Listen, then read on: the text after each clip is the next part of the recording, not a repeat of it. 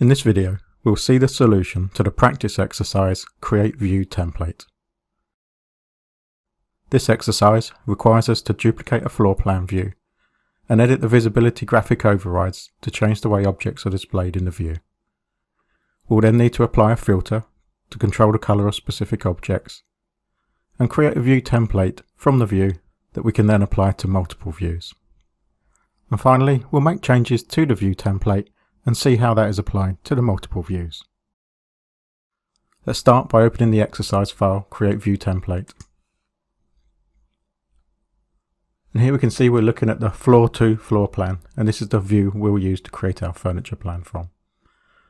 We can also see the main zone scope box that we'll use to crop those views. So first, we'll duplicate this view. So from the View ribbon tab, on the Create panel, we'll choose to duplicate the view.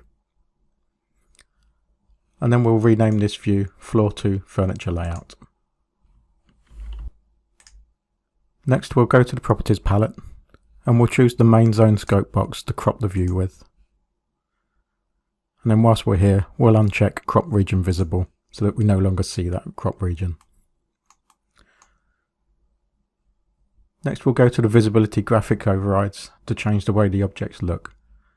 So from the View ribbon tab, on the Graphics panel, we'll choose Visibility Graphics.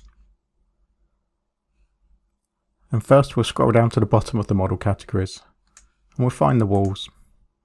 So we'll choose to override the lines and we'll set the colour to be light grey. And we'll choose OK to apply this. Then we'll select the cut patterns and we'll override those. And we'll set the foreground pattern to be a solid fill. And we'll set the colour to be the same light grey as the lines. So we'll choose OK and OK once again. And then we can choose Apply and apply that to those walls. Now we'll scroll back up to find the furniture. And we'll select this and we'll override the projection surface lines first. So we'll set the colour to be red. And then we'll choose OK. And now we'll choose the patterns. And we'll set the pattern to be the diagonal down small and the colour to be red, the same as the lines. So we'll choose OK and we'll choose Apply. And we can see now the furniture has been coloured in red with the pattern applied to the surface of them. Now we'll swap to the annotation categories. And scrolling down, we'll see the grids and we'll check for those to be halftone. And then we'll scroll down a little further and we'll find the sections. And we'll uncheck the visibility option for those. So now when we choose OK, you can see the section line has disappeared, the grid lines are half-toned, and we have our grey walls and our red furniture. Now we'll create the filter to colour the storage separately to the rest of the furniture.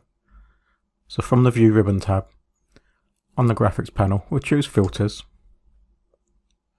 And now we'll choose to create a new filter, and we'll name this as Storage.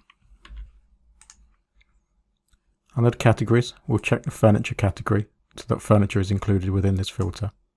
And now we'll set the first rule to be furniture and family name contains. And we'll put in the word cabinet and this will collect the filing cabinets. We'll choose to add a rule and we'll set the rule to be an or rather than an and rule. And now we'll set the family name to contain credenza. So this filter will look for furniture families, and if their name contains cabinet or their name contains credenza, then they'll become part of the storage filter. So we'll choose OK to accept that filter. And now we'll go back to our visibility graphics. So from the graphics panel on the ribbon tab here, we'll open up the visibility graphics and change to the filters tab. We'll choose add, and then we can add in the storage filter that we've just created. And now we'll come and override the lines and we'll set the colour to be green.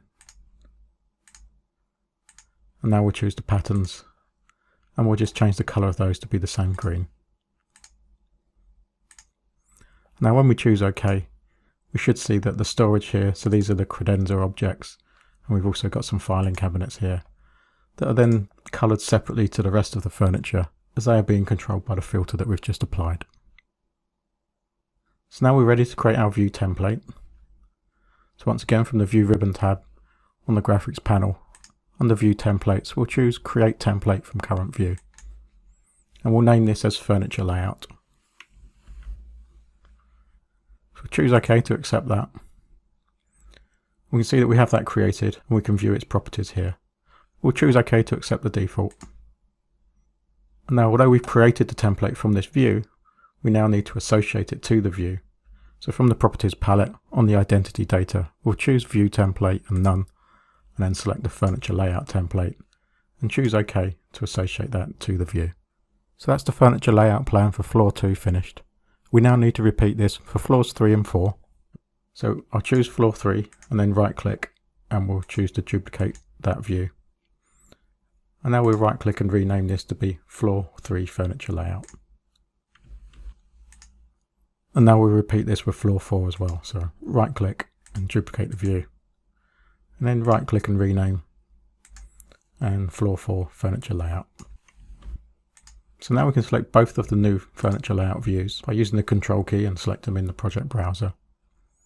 And looking at the Properties palette, we are now looking at the properties of both of those views. So we can come and choose the main zone scope box to crop them by. We can uncheck to turn off the crop region visible.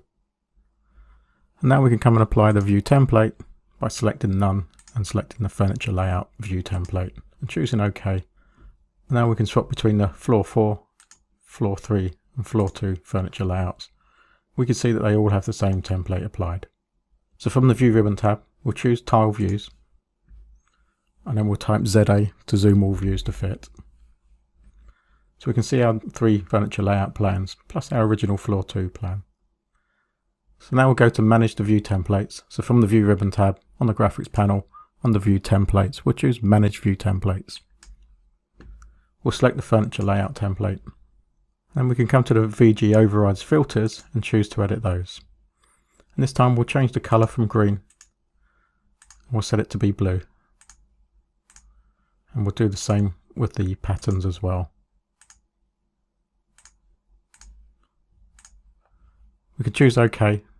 And now when we choose OK to the View Templates, we can see that all 3 of those views have updated the same. So therefore we can make changes on multiple views by using a view template and associating that to the views.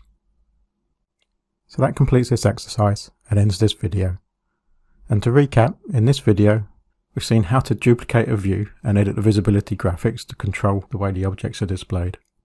We've applied a filter to colour specific objects and created a view template. We've applied that view template to multiple views and then edited it to see how we can affect multiple views simultaneously.